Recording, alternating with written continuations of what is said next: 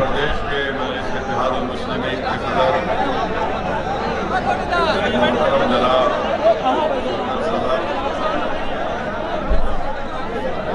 मजलिस इत्तेहादुल मुस्लिमीन के जनाब सैयद आसिफ गफ्फार साहब, सुल्तानपुर के मिर्जा अकरम बेग साहब, मोहतरम जनाब सरफराज साहब और आज मजलिस इत्तेहादुल मुस्लिमीन में शमूलियत अख्तियार की मोहतरम जनाब पवन राव अम्बेडकर साहब और हमारे भाई मोहतरम जनाब अतीक अहमद साहब की बेगम साहिबा और उनके फर्जंद और उनकी बहन मंच पर डायस पर बैठे हुए बुतरला के मजलिस इत्तेहादुल मुस्लिमीन के उम्मीदवार मोअज़्ज़िज़ हाज़रीन इकराम, बुजुर्गान मिल्लत, नौजवान साथियों, मैं आप तमाम का बेहद शुक्रगुजार हूँ कि आपने अपना कीमती वक्त निकालकर आज के इस मीटिंग में शिरकत की। मेरे पास अल्फाज नहीं है कि मैं कैसे आपका शुक्रिया अदा करूं। मैं सिर्फ अल्लाह से दुआ कर सकता हूं कि अल्लाह सुब्हानहू व तआला आपके दिलों में मज़ीद मजलिस इत्तेहादुल मुस्लिमीन की मोहब्बत को पैदा करे और अल्लाह सुब्हानहू व तआला आपके इस मोहब्बत और वाबस्तगी की बुनियाद पर सुल्तानपुर में इंशाअल्लाह ताला हम एक नई सियासी तारीख रकम करेंगे और यहाँ से इंशाअल्लाह ताला आप तमाम लोग मुत्तहिद होकर अपने इत्तेहाद, अपनी दुआओं और अपने इत्तेफाक की बुनियाद पर यहाँ पर आप मजलिस इत्तेहादुल मुस्लिमीन के उम्मीदवार को अपना विधायक बनाकर उत्तर प्रदेश की विधानसभा में भिजाएंगे इंशाअल्लाह। मेरे अजीज दोस्तों, मेरी इज्जतदार माँ और बहनों, मेरे मजलिसी रुफ़ा, मजलिस इत्तेहादुल मुस्लिमीन का पैगाम, उसका मकसद यही है कि भारत की जमहूरियत को मजबूत किया जाए, अवाम के दिलों में भारत के संविधान के यकीन को और भरोसे को और मज़ीद किया जाए। और ये उस वक्त मुमकिन हो सकता है मेरे अजीज दोस्तों और बुजुर्गों, जब भारत की अक़लियत को सही मानों में उनको सियासी ताकत और क़ुव्वत मिलेगी। मैं आपसे गुजारिश करने आया हूं, आपको बताने आया हूं कि मजलिस इत्तेहादुल मुस्लिमीन को कभी भी सत्ता में जाकर संतरी या मंत्री बनने का शौक न कभी रहा, न कभी रहेगा। हमारा मकसद यही रहा कि मजलूम अवाम के वोट को हासिल करके जब हमारे नुमाइंदे कामयाब होकर विधानसभा या ऐवान असेंबली या फिर सांसद पार्लियामेंट में जाते हैं तो उनको जरूरी है कि वो गरीब अवाम की तकालीफ को, उनके मसाइब को, उनके मुश्किलात को, उनके हक को हासिल करने के लिए, उनकी हुकूक को, उनकी जुल्म की दास्तान को, उनके इंसाफ के लिए, बराबरी के लिए, हिस्सेदारी के लिए आवाज उठाएं। ये मजलिस इत्तेहादुल मुस्लिमीन का मकसद और मिशन रहा और इसी मकसद और मिशन को लेकर हम आगे बढ़ रहे हैं। मेरे अजीज दोस्तों और बुजुर्गों, उत्तर प्रदेश हमारे मुल्क की सबसे बड़ी रियासत है और इतनी बड़ी रियासत में 19% यहाँ पर मुस्लिम अक़लियतों का आबादी में हिस्सा। मैं आपसे अपील करने आया हूँ कि आप जरा अपने दिल पर हाथ रखकर संजीदगी से मेरी इस बात पर गौर करिए कि इतने बड़े प्रदेश में जहाँ पर हर बिरादरी का, हर कास्ट का उनकी एक सियासी आवाज है, उनका सियासी नुमाइंदा है। आप खुद बताइए, उत्तर प्रदेश में इतनी बड़ी तादाद में मुस्लिम अक़लियत रहती है, क्या आपने अपना कोई नेता बनाया? क्या आपने किसी पार्टी को अपना एक मरकज सियासी आपने तश्कील दिया? जहां तक मेरा हाफिजा मुझे कहता है कि बरसों पहले बल्कि आज से 55-60 साल पहले डॉक्टर अब्दुल जलील फरीदी साहब रहमतुल्लाह अलैह ने जो मुस्लिम मजलिस बनाई थी, जो एक उम्मीद का एक चिराग बनकर उभरा था, उसके बाद से आज तक मुस्लिम अक़लियत की कोई क़ियादत नहीं बनी, ना कोई आपकी सफों से आपका कोई नेता बना। मजलिस यही चाहती है कि आपके दरमियान में किसी को एक नेता बनाया जाए, आपकी एक सियासी लीडरशिप को, क़यादत को मजबूत किया जाए, जो इन तमाम नाम निहाद सेकुलर पार्टियों से आजाद हो। और यही वजह अजीज दोस्तों और बुजुर्गों कि भारत की जमहूरियत की तल्ख हकीकत, मेरी बात को आप जान लो, भारत की जमहूरियत की तल्ख हकीकत यह है कि जिस समाज के पास उसका नेता होगा, उसी की आवाज को, उसकी तकलीफ को, उसकी मुश्किल को सुना जाएगा। जिस समाज का नेता होगा, उस समाज के नौजवानों के जज्बात, उनके ख्वाबों को पूरा किया जाएगा। जिस समाज का नेता होगा, वो अपनी माँ और बहनों की इज्जत का तहफ्फुज भी करेगा और उनको आगे तरक्की भी कराएगा। ये भारत की जमहूरियत की तल्ख हकीकत है। अगर किसी समाज का कोई नेता नहीं है, कोई सियासी ताकत नहीं है, तो हकीकत यह है कि उस समाज का नाम मुसलमान है, जिसके पास ना उनका कोई नेता है, ना उनके पास अपनी कोई सियासी क़यादत है। मजलिस यही बात का पैगाम आपको देने आई है। आप पूछेंगे असदुद्दीन ओवैसी, तुम्हारी बात में सच्चाई क्या है, बताओ। मैं दो मिसाल आपको दूंगा। हालिया 1 महीना पहले भारत के प्रधानमंत्री ने अपने मंत्रिमंडल में तब्दीली लाई और उत्तर प्रदेश से अनुप्रिया पटेल को मिनिस्टर बनाया। क्यों बनाया? क्योंकि मोदी जानते थे कि बगैर कुर्मी वोट के उत्तर प्रदेश के चुनाव में उनको फायदा नहीं हो सकता। वहीं पर आगरा के रुकने पार्लियामान सांसद बाघेल साहब को मंत्री बनाया, क्योंकि मोदी जानते थे कि बगैर बाघेल समाज के वो उनको असेंबली में इलेक्शन में फायदा नहीं होगा। मेरे अजीज दोस्तों और बुजुर्गों, हमारा मामला यह है कि हमको डराया गया, खौफ दिलाया गया कि आप सिर्फ वोट डालने का काम करिए, मगर नेता मत बनिए। मजलिस आपको बताने आई है कि आपने वोट डाला, मगर आपको नेता बनने नहीं दिया गया। अगर मैं चार मीनार की गलियों से सुल्तानपुर को आया हूं, तो मेरा रब जानता है कि मैं अपनी मकबूलियत या अपनी अना की तस्कीन के लिए नहीं आया हूं। मैं अगर आया हूं तो सुल्तानपुर से मुझसे बेहतर मजलिस का एक कायद बनाना चाहता हूं, एक नेता बनाना चाहता हूं जो तुम्हारे जज्बात की तर्जुमानी कर सके। ये इस अजीम मकसद के लिए मैं आया हूं। मैं आपसे गुजारिश करने आया हूं मेरे अजीज दोस्तों और बुजुर्गों, हालात और वक्त का तकाजा यह है कि आपको एक होना पड़ेगा, इससे कोई दूसरा रास्ता नहीं है। मिलेंगे, याद रखो मेरी इस बात को कि इत्तेहाद जिंदगी है, इंतशार मौत है। इत्तेहाद जिंदगी है और इंतशार मौत है। ये सुल्तानपुर की एक तारीखी सरजमीन है, ये औलिया अल्लाह की सरजमीन है। यहां पर बुजुर्ग हजरत अलाउद्दीन बल्खी, हजरत महमूद बल्खी, पांचों पीरन जिसको कहा जाता है, तारीखी सरजमीन है। ये सुल्तानपुर की वो तारीखी सरजमीन जहां पर सन 57 की जंग आजादी के लिए यहाँ के उस वक्त के जिम्मेदारों ने कसम खाई थी कि वतन अजीज से अंग्रेजों को उखाड़ कर फेंकेंगे। ये सुल्तानपुर की अजीम सरजमीन जहां पर शीतल मल्ला ने आजादी की लड़ाई में अपनी जान और अपनी एक एक चीज को कुर्बान किया। आज बताओ आप कहां है आपके नेता? गली में कोई हीरो बन जाता है या कोई छोटा मोटा काम कर लेता है। मैं आपको बताना ये चाह रहा हूं कि आपको नेता बनना है।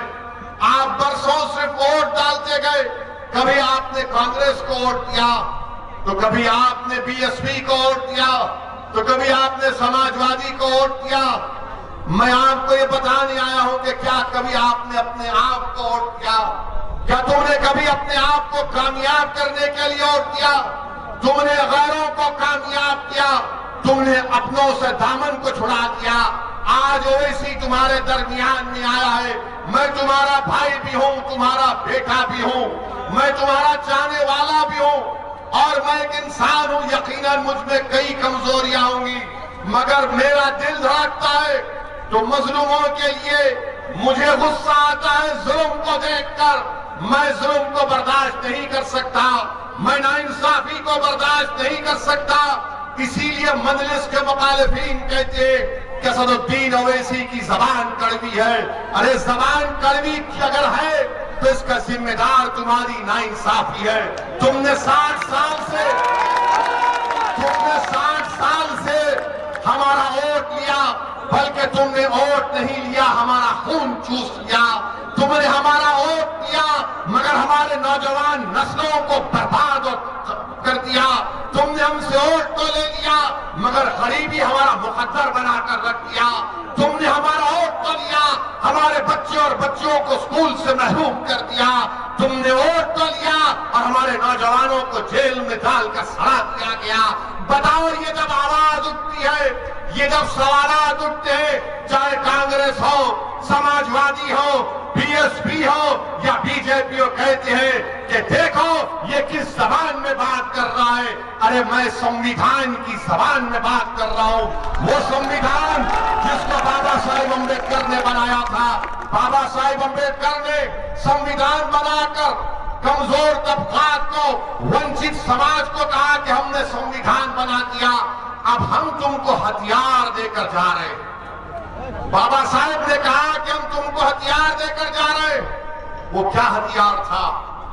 वो हथियार था आपका वोट। मगर जालिमों ने हथियार को हथियार नहीं बनने दिया, बल्कि आपको कहा कि अगर तुम इस हथियार को इस्तेमाल करोगे तो तुम खत्म हो जाओगे। मैं आपको यही याद दिलाने आया हूं, ये वोट आपका हथियार है। जमहूरियत में वोट आपका हथियार है। जिसको चाहे आप जमीन पर सुला सकते हैं, जिसको चाहे आप कुर्सी पर बिठा सकते हैं, मगर अब की बार इंशाअल्लाह ताला आपको मजलिस के उम्मीदवार को कामयाब करना है। लोग हमारे मजलिस के मुखालिफिन कहते असदुद्दीन ओवैसी जज्बाती तकरीर करता है, तो आप क्यों नहीं करते? कौन रोका आपको? जज्बात में कौन आता है मालूम आपको? जज्बात में वो आता है जो जुल्म को देखता है, जज्बात में वो आता है जो नाइंसाफी को देखता है, जज्बात में वो आता है जिसके दिल में एक तरफ होती है कि मुझे हिस्सा मिलना चाहिए, जज्बात में वो आता है जिसमें एक तरफ होती है कि मुझे अपना मुकाम मिलना चाहिए, जज्बात में वो आता है जो किसी को देखता है कि नहीं मुझे भी आसमानों को छूना है, मैं जमीन पर नहीं रहना चाहता हूं। जो लोग जज्बात में नहीं आते वो मुर्दार के मुर्दा कहने के लायक है। इसीलिए मेरे अजीज दोस्तों और बुजुर्गों, जज्बात को जमहूरियत में संविधान की 4 दीवारी में रहकर हमको अपने ख्वाबों को पूरा करना है। और वो ख्वाब क्या है? समंदर की तह में जाकर ख्वाब को तलाश करना नहीं है, वो ख्वाब आसमानों पर या चांद पर जाकर मट्टी लाना नहीं है। मेरा ख्वाब और आपका ख्वाब सिर्फ यही है कि हम मुत्तहिद हो जाएं और अपनी जमात को मजबूत करें। मेरे अजीज दोस्तों और बुजुर्गों, ये Samajwadi party, BSP, Congress, BJP सब हम पर तनकीद करते हैं, अनाप शनाप भगते रहते हैं। मुझे इसकी कोई फिक्र नहीं है, क्योंकि मैं जानता हूं कि अगर ये मुझ पर उंगलियां उठा रहे हैं, मुझ मेरे बारे में बोल रहे हैं, इसलिए बोल रहे हैं कि पूरे उत्तर प्रदेश में अगर उनको कोई नजर आ रहा है जो गरीब मजलूम आवाम की आवाज बनकर उनके इंसाफ का मुतालबा कर रहा है, तो उनको मैं ही नजर आ रहा हूं।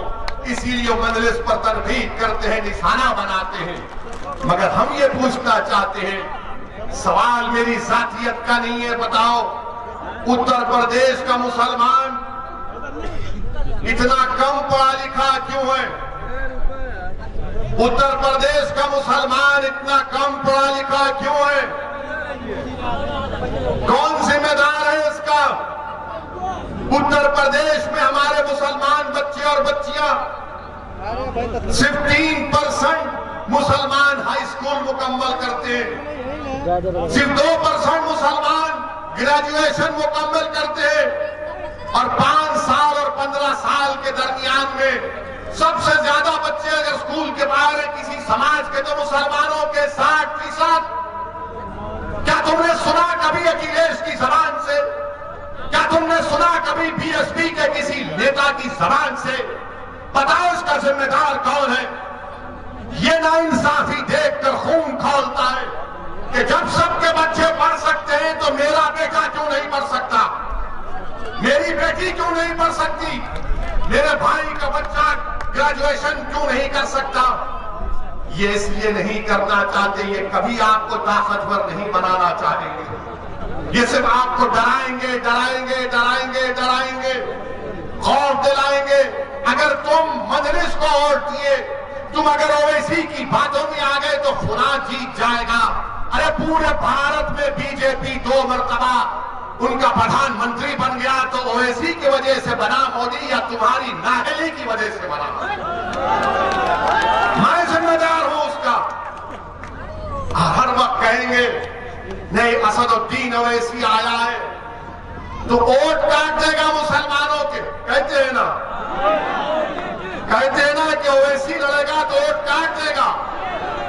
अब मेरा सवाल, इसका जवाब आपको देना पड़ेगा। अखिलेश यादव को आपने झोली भर भर के वोट दिया, दिया ना, इसी विधानसभा से दिया ना, तो सूर्या कैसे जीता?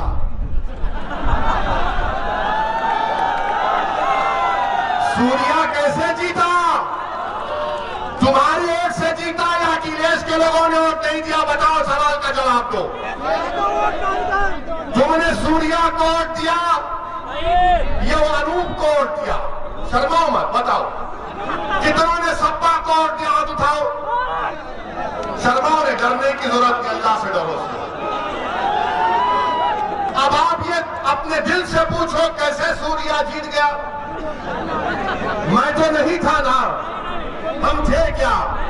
ये दाढ़ी वाला टोपी वाला तो नहीं था ना, तो फिर कैसे सूर्या जीत गया? कैसे जीता? ये जीता इसलिए क्योंकि अखिलेश भैया के लोग उसको अपना नेता मान लिए, उसको वोट दे दिए। और आपको बोला नहीं नहीं डालेंगे तो वो जीत जाएंगे, डराया डराया। अब आपको फैसला करना है, डरने और घबराने की जरूरत नहीं है। और 2019 के पार्लियामेंट के चुनाव हुए, क्या बहन जी और अखिलेश मिलकर नहीं लड़े? लड़े ना, लड़े ना। कौन जीता यहां से? ये पार्लियामेंट का चुनाव कौन जीते? पार्लियामेंट का चुनाव कौन जीता? बीजेपी के जीते ना। आपने वोट दिया बीजेपी को, दिया आपने वोट बीजेपी को, देंगे बीजेपी को। फिर जीता कैसा बीजेपी? कैसा जीता बीजेपी? कौन वोट दिया बीजेपी को? ये बात हम जब बोलते हैं तो समाजवादी, बीएसपी, बीजेपी, कांग्रेस सबकी रातों की नींद हराम हो जाती है। क्या हमने 2019 के लोकसभा चुनाव में एक कैंडिडेट खड़ा किया मजलिस में? खड़ा किया, फिर कैसा जीत गया? कौन जीते? बीजेपी जीत गई। सबसे ज्यादा पार्लियामेंट की सीट पर बीजेपी जीत गई। और ये आके बोलते ओवैसी लड़ेगा, वोट काटने के लिए लड़ा है। अच्छा, अब एक और सवाल का जवाब, जरा दूर से वहां से आवाज नहीं आ रही, अब इस सवाल का जवाब आप लोग देंगे। क्या तुमने कभी सुना कि हमारे हिंदू भाइयों ने अगर बीजेपी को वोट दिया तो क्या अखिलेश ने कहा कि हिंदू वोट डिवाइड होगा इसलिए मैं हार गया? तुमने सुना कभी? क्या तुमने कभी सुना कि बहुजन समाज के नेता ने कहा कि हमको हमारे दलित समाज ने वोट नहीं दिया तो बीजेपी जीत गई? आपने सुना? इनकी क्या मजाल कि मुझे कहते हैं कि मुसलमान का वोट नहीं मिलेगा तो बीजेपी जीत जाएगी। क्या मुसलमान तुम्हारा कैदी है? क्या तुम उनके गुलाम हो? क्या तुम बहादुर हो? क्या तुम मर्दे मुजाहिद हो? क्या तुम मोमिन हो? क्या तुम रसूलुल्लाह के गुलामों के गुलाम हो? तो फिर अब की बार इन जंजीरों को तोड़ दो मेरा भाई।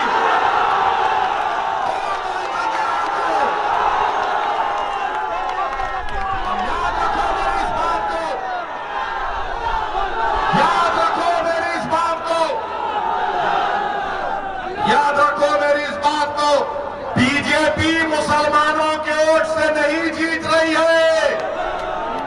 बीजेपी मुसलमानों के वोट से नहीं जीत रही है। कितने वोट मिले मुसलमानों के बीजेपी को मालूम आपको? 2014 में 6% पूरे मुल्क में, 19 में 6%। मगर हम नहीं दे रहे तुमको, वो कैसा जीत रहा है? बता इसलिए रहा हूं क्योंकि मेरे जाने के बाद ये समाजवादी के, बीएसपी के, कांग्रेस के सब लोग के बड़े बड़े पहलवान आएंगे। उसकी बात का यकीन नहीं करना जो टोपी और दाढ़ी लंबा है, उसकी बात का यकीन नहीं करना। तो आपकी जिम्मेदारी है कि उनसे सवाल करना, ये सवाल करना। बोलो,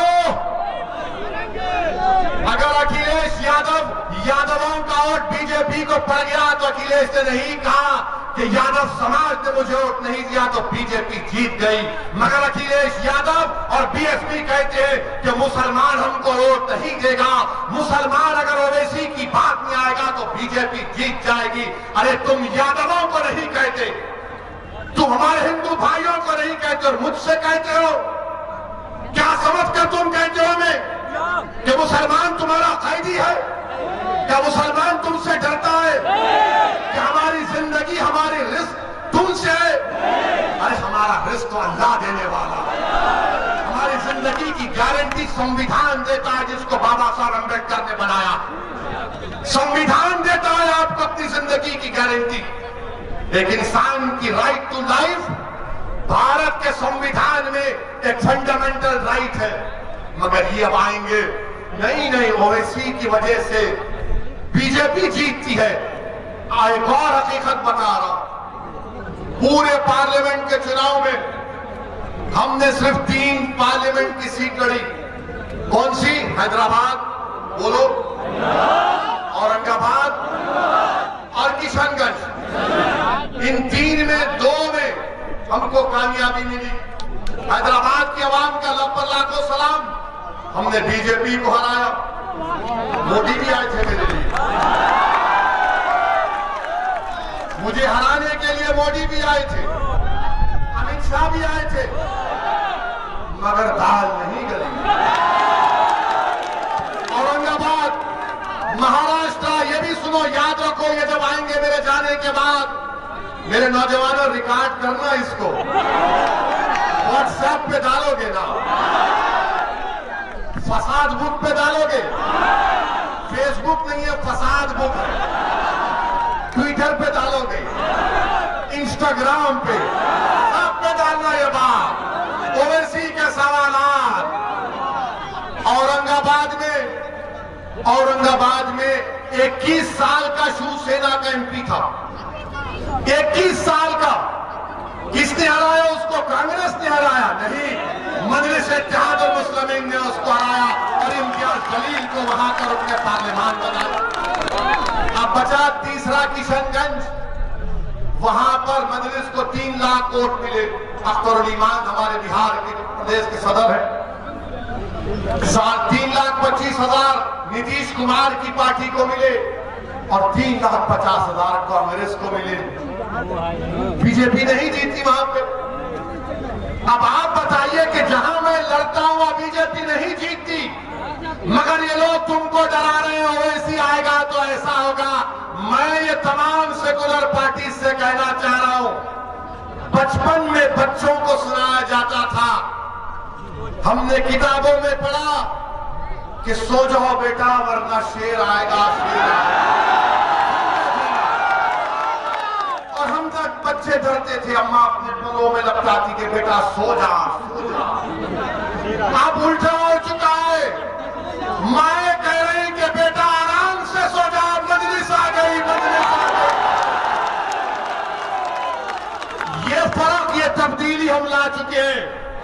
इसीलिए इनको डर होने लगा है, इसीलिए इनको लग रहा है कि अब वो जो मुसलमानों का वोट, जो उनका कैदी था, जो उनका वोट बैंक था, जिनका रिजर्व बैंक था, उनको नजर आ रहा है कि असदुद्दीन ओवैसी की पार्टी उस वोट बैंक को वोट बैंक नहीं बल्कि ताकत के तौर पर मुसलमानों के हक के लिए इस्तेमाल करता है। ये बात आपको समझना है मेरे अजीज दोस्तों और बुजुर्गों। डरने और घबराने की जरूरत नहीं है। अब आप आ जाइए, बाबा के बारे में सुनिए। मुख्यमंत्री है मगर मैं उनको बाबा कहता हूं। लोग महाराज भी कहते हैं। अब इनके लोग ये बोलते हैं सबका साथ, सबका विकास, सबका विश्वास, मोदी जी बोलते ना। अच्छा, आप मेरे को बताइए कि भारत सरकार ने अक़लियतों के लिए, जिसमें मुसलमान, ईसाई, सिख, जैन और बौद्ध मजहब के लोग हैं, उनके लिए उत्तर प्रदेश में 116 करोड़ रुपए दिए। कितने दिए? बाबा की हुकूमत ने कितना खर्चा किया अक़लियतों पर मालूम आपको? सिर्फ 10 करोड़ रुपए, सिर्फ 10 करोड़ रुपए। अच्छा, आप सुनेंगे इनके एक मंत्री हैं, बार बार बोलते कि क्या बोलते हैं इनके मंत्री के हमने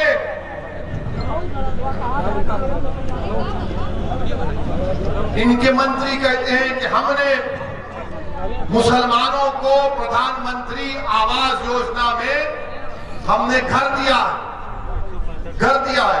मैंने पार्लियामेंट में सवाल किया, अखिलेश भैया तो सवाल नहीं करते थे। उनको मालूम कि लोग कहां जाएंगे हमको छोड़कर। वो तो हमको भैंस समझते हैं कि दूध निथार निथार निथार निथार के खुद ही पी लिए। हमने सवाल किया था कि बताओ प्रधानमंत्री आवास योजना ग्रामीण में कितने घर मुसलमानों को उत्तर प्रदेश में मिले? तो कहा गया 2017-18 में मोदी की सरकार ने 7,65,000 घर दिए। कितने दिए? 7,65,000 घर दिए। और आपको मालूम मुसलमानों को कितने मिले? 10। 7,65,000 में 10 घर मुसलमानों को मिले।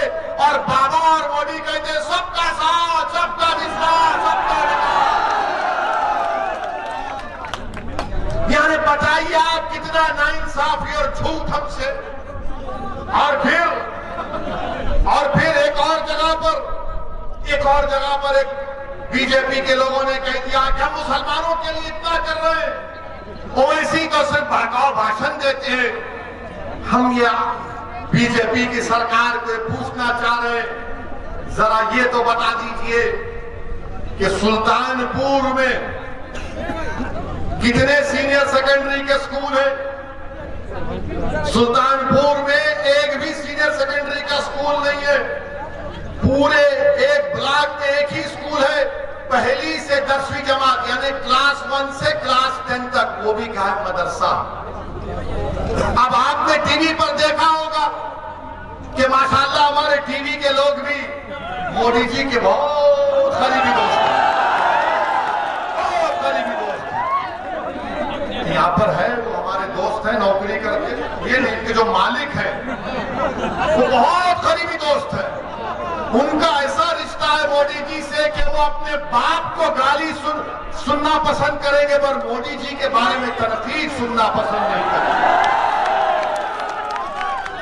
तो क्या चला है टीवी पे कि मुसलमानों ने कह दिया कि बच्चे और बच्चियां साथ मिलकर नहीं पढ़ना चाहिए। देखा होगा ना टीवी पर आपने।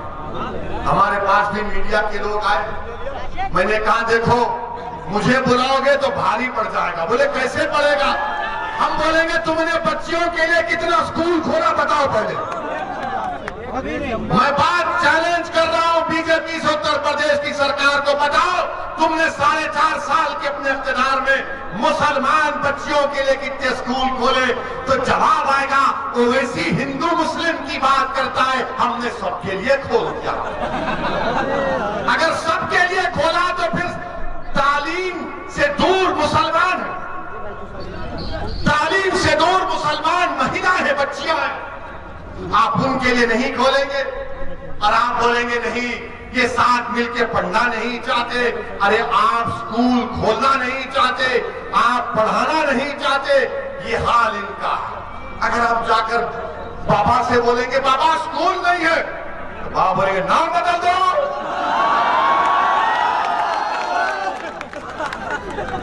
बाबा से बोलेंगे स्कूल नहीं है, मुसलमान बच्चों के नाम बदल दे। आप बोलेंगे अरे नहीं स्कूल नहीं है, तो बोलेगा ठोक दूंगा। आप बताइए एक मुख्यमंत्री इस तरह की जबान इस्तेमाल करता है क्या? अच्छा आप देखिए आपके सुल्तानपुर में अस्पताल कितने हैं?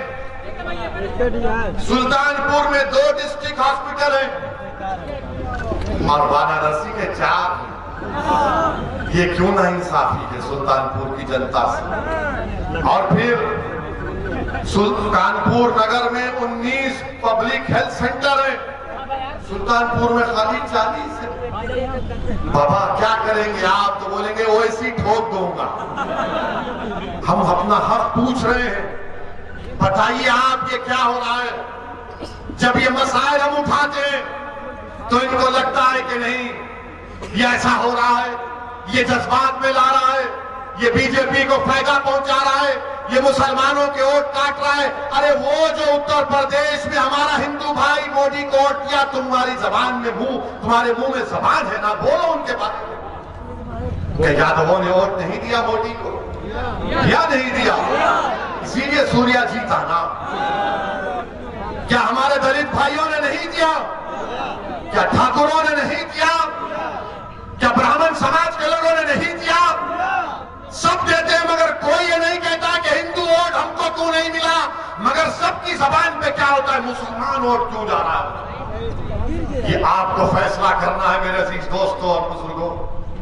और आज आप देखते हैं कि हमारे मुल्क में महिलाओं की फिक्र किसको? हमारे मुल्क में मालूम आपको किसकी, कौन से महिलाओं की फिक्र है? हर टीवी पे अफगानिस्तान में महिला कैसा हो रहा, अफगानिस्तान में ऐसा। अरे कानपुर में जो हुआ उसके बारे में नहीं बोलोगे? लखनऊ से करीब कानपुर, उत्तर प्रदेश की राजधानी से करीब कानपुर, एक मुसलमान है, उसको मारा और पीटा जा रहा है। तस्वुर की दुनिया में तुमको लेकर जाना चाहता हूं। फर्ज करो कि तुम हो और कानपुर में इस मजमे के तमाम में से कोई एक लोग हो, एक शख्स हो, उसके साथ अपनी बेटी हो 11 साल की, और मौत तुमको घेर कर मार रहा है, पीट रहा है, कह रहा है कि ये नारा लगाओ, वो नारा लगाओ, और तुम्हारी बेटी पुकार रही है इन जालिमों से कि मेरे अब्बा को मत मारो, मेरे अब्बा को मत मारो। क्या 11 साल की बच्ची के जहन में ये चीजें आएंगी कि उसके सामने उसकी बाप की बेइज्जती की गई? किसने आवाज उठाई? बोलो। कोई आवाज नहीं उठाया। मुझे बयान देना पड़ा टीवी पर जाकर, तो तब जाकर हरकत में आए। इन बच्ची के बारे में कौन बात करेगा? कौन बात करेगा उस बच्ची के बारे में? मेरे अजीज दोस्तों और बुजुर्गों, इस मुल्क की आजादी में जैसा मैंने कहा कि सन 57 की जंग आजादी में हमने हिस्सा लिया, हमारे उलमाओं ने जिहाद का फतला दिया। अल्लामा फजल कैराबादी की कुर्बानी को कोई सुबह क़यामत तक नहीं बुला पाएगा इंशाअल्लाह। वहीं पर चौरी चौरा का वाकया हुआ था, एक पुलिस स्टेशन पर हमला हुआ। आपको मालूम वो चौरी चौरा जिसका वाकया हुआ, जिसको हमारे मुल्क के प्रधानमंत्री ने कहा था कि इसको बच्चों को पढ़ाना चाहिए। चाहिए, मगर प्रधानमंत्री ये बोलना भूल गए कि चौरी चौरा का वाकया अगर किसी ने शुरू किया तो उसका नाम अब्दुल्ला चुड़ीहार था। उसका नाम अब्दुल्ला चुड़ीहार था। वो मनिहार बरादरी का था और वही लोगों ने, उनको सजा हुई थी, जिंदगी बर्बाद हो गई, मगर मुल्क के लिए कुर्बान किया। और वही मनिहार बरादरी का तस्लीम नामी शख्स मध्य प्रदेश इंदौर में चूड़ियां बेचने जाता है तो उससे कहा जाता है तेरा आधार कार्ड क्या है, तेरा नाम क्या है। उसके चूड़ियों को लूट लिया जाता, उसके पैसों को छीन लिया जाता। बताओ मोदी जी, क्या यही चौरी चौरा के मुजाहिदीन को खराज अकीदत आप पेश कर रहे हैं कि अब्दुल्ला चूड़ीहार का जानशीन उसकी नस्ल का तस्लीम पर मारा गया उसको? बताइए आप मेरे अजीज दोस्तों और बुजुर्गों, मेरे अजीज दोस्तों और बुजुर्गों, बड़े बड़े जुल्म के वाकयात हमारे मुल्क में हो रहे हैं, जिसको देख कर अगर आंख में आंसू नहीं आएंगे तो याद रखो तुम इंसान कहलाने के लायक नहीं हो। कभी एक फकीर है तो उसको मारा जाता है कि तूने क्यों भीख मांगी। खुर्शीद का वाकया यहां पर हुआ नहीं हुआ? खुर्शीद अहमद का वाकया सुल्तानपुर में हुआ और सबसे पहले वहां पर हमारे अकरम बेग साहब और सरफराज साहब पहुंचे। ये जुल्म के वाकयात हमारे पर इस प्रदेश में और पूरे मुल्क में हो रहे हैं। मेरे अजीज दोस्तों और बुजुर्गों, मैं आपको सिर्फ यही बताना चाहता हूं कि डरने और घबराने की जरूरत नहीं है। याद रखो, भारत का संविधान आपको इस बात की इजाजत देता है कि आप अपने मजहब पर चलें। आपको मजहबी आजादी दे दी गई है, आप अपने मस्जिदों को आबाद रखें। भारत के संविधान में आपकी जिंदगी, हर भारत के शहरी की जिंदगी एक बुनियादी हक है, फंडामेंटल राइट है। डरने और घबराने की जरूरत नहीं है। और एक बात मेरी याद रखो कि जो जुल्म करता है ना, वो जालिम खत्म हो जाता है। फिरौन था ना, फिरौन मालूम कौन था आपको? फिरौन एक बादशाह था, जुल्म करता था और अपने आप को खुदा कहता था। तो अल्लाह ने हजरत मूसा को उसकी तरफ भेजा और उसके दरबार में, फिरौन के दरबार में गरीब लड़की थी, बहुत गरीब थी, झोपड़ी में रहती थी। उसका काम यह था कि फिरौन के बेटी के बालों को कंघी किया जाए। और एक दिन जब वो फिरौन के महल में बादशाह की बेटी के बालों में कंघी कर रही थी तो कंघी नीचे गिर गई। उसने झुककर उठाया और कहा कि मेरा रब वो है जो मूसा और हारून का रब है, कि रब मूसा और हारून, मेरा रब वो है जो अल्लाह है। उसने कहा, तो बादशाह की बेटी ने कहा कि तू मेरे बाप को खुदा नहीं मानती? तो उसने कहा नहीं, मैं उसको खुदा मानती हूं जो तेरे बाप का और तेरा और मेरा वो अल्लाह है, मैं उसको अपना रब मानती हूं। उसने जाकर अपने बाप से कहा कि एक कनीज है काम करने वाली जो मेरे बालों में कंघा करती, वो तुझको खुदा नहीं मानती। फिरौन ने उसको अपने दरबार में बुलाया। उसके दो बच्चे थे, एक शीरखार बच्चा था और एक 10-11 साल का बच्चा था। दो रिवायतें हैं। एक रिवायत में आया कि फिरौन ने कहा कि क्या तू मुझे खुदा नहीं मानती? तो उसने कहा नहीं, मैं उसको मानती हूं जो तेरा भी रब है और मेरा भी रब है, वो अल्लाह है।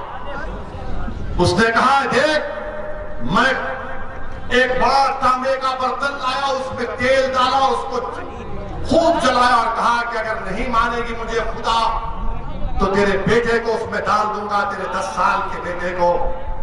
उसने कहा कि मैं तब भी तुझे अपना रब नहीं मानूंगी, मेरा रब वो है जो तुझे और मुझे और सारी कायनात को बनाया अल्लाह। उस जालिम फिरौन ने उस बच्चे को उसकी मां के हाथ से छीनकर तेल में डाल दिया।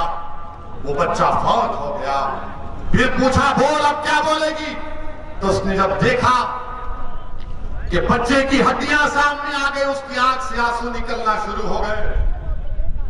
बादशाह फिरौन ने कहा, अब तू डर गई, अब मान ले मुझे खुदा, तेरी आंख में आंसू आ गए।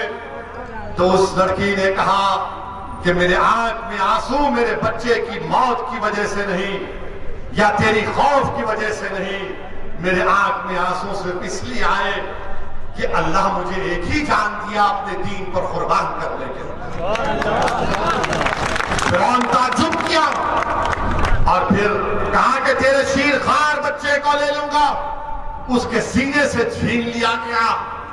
तो जब बच्चे को, जो 6-7 महीने का बच्चा था, जब उसको तेल में डाला जा रहा था, तो अल्लाह ने उस बच्चे को ताकत दी बोलने की। उसने कहा, मां तू कह दे कि तेरा मेरा सबका रब अल्लाह है, तू इस तेल की तरफ मत देख, कह दे कि मेरा रब अल्लाह है। उस बच्चे को डाल दिया गया।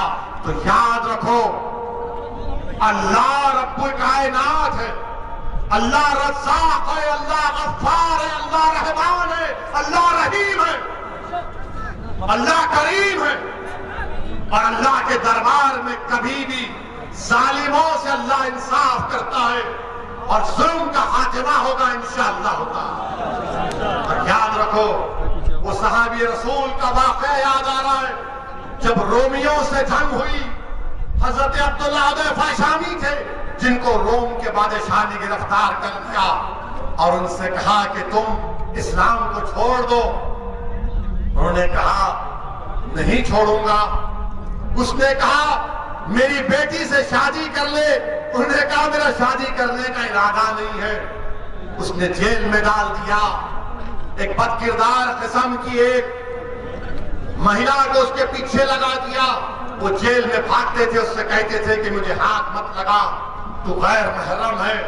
फिर बादशाह ने बुलाया उनको और कहा कि चलो मैं तुमको एक और ऑफर देता हूं, तुम मेरी अंगूठी को चूम लो।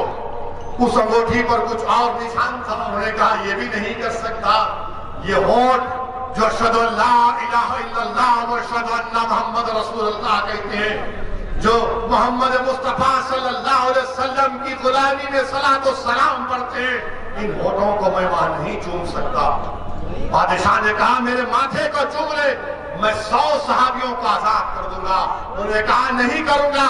फिर कहा कि 300 रिहा करूंगा। तो उन्होंने कहा, तुम पूरों को रिहा करो, तेरे माथे को चूमूंगा। उन्होंने माथे को चूमा और जब वापस गए तो खलीफा हजरत उमर थे।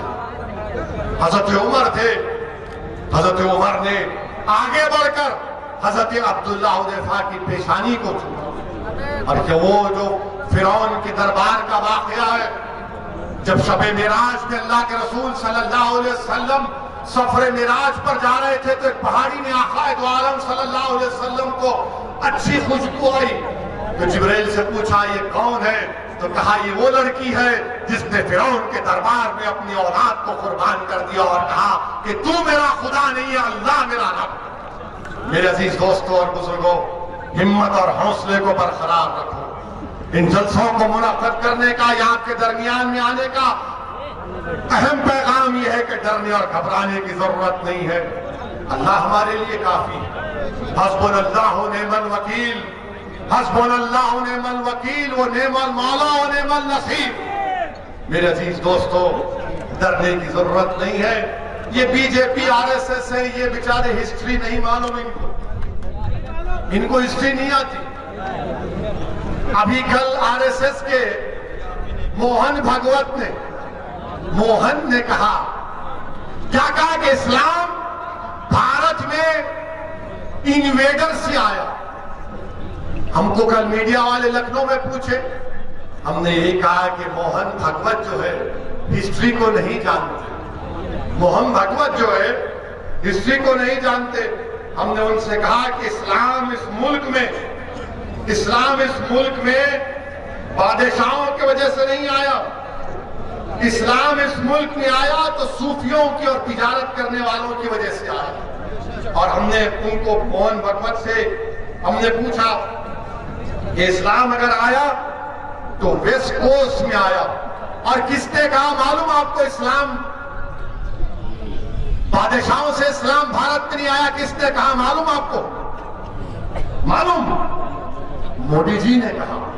हाँ, अब आप जाकर देखिए, मोदी जी ने अप्रैल 3, 2016 को 7:13 को एक ट्वीट किया और कहा कि केरल के त्रिशूर डिस्ट्रिक्ट में चेरामन जुम्मा मस्जिद को अरब के तिजारत करने वालों ने, बादशाहों ने नहीं, तिजारत करने वालों ने 629 ईस्वी में मस्जिद को बनाया और कहा कि भारत की पहली मस्जिद।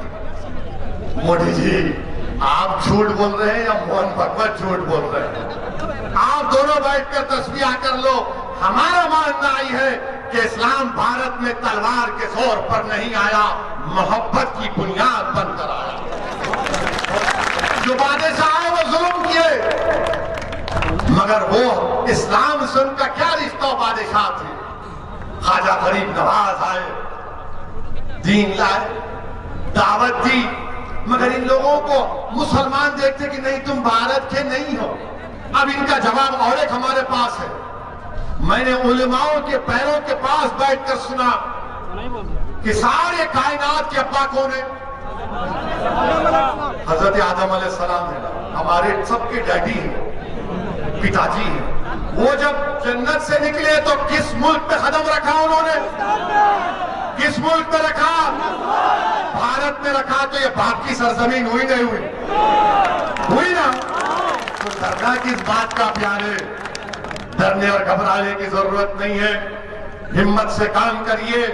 और अल्हम्दुलिल्लाह हमारे भाई अतीक जेल में है, मगर अपना खत पर पैगाम भिजाया, अपनी मोहब्बत और वाबस्तगी, और आप लोगों को ये पैगाम भी दिया कि हमको और आपको मिलकर इंशाअल्लाह ताला आने वाले विधानसभा में मजलिस इत्तेहादुल मुस्लिमीन को कामयाब और कामरान करना है। मैं सुल्तानपुर आया हूं और इंशाअल्लाह अल्लाह ने चाहा तो बार बार आता रहूंगा, बार बार आता रहूंगा। आपका सुल्तानपुर का हर घर मेरा घर, सुल्तानपुर का हर बुजुर्ग मेरे बुजुर्ग है, सुल्तानपुर की मेरी माँ और बहनें, मैं आपका बेटा हूं। आप मेरे लिए दुआ करिए, हमारी सरपरस्ती करिए। हम गलती करते हैं तो हमारा उंगली पकड़कर सीधा रास्ता दिखाइए, मगर हमारा हाथ मत छोड़िए। ये आपकी लड़ाई हम लड़ रहे हैं, मजलिस को कामयाब करिए। आप तमाम का शुक्रिया। अस्सलाम वालेकुम व रहमतुल्लाहि व बरकातहू।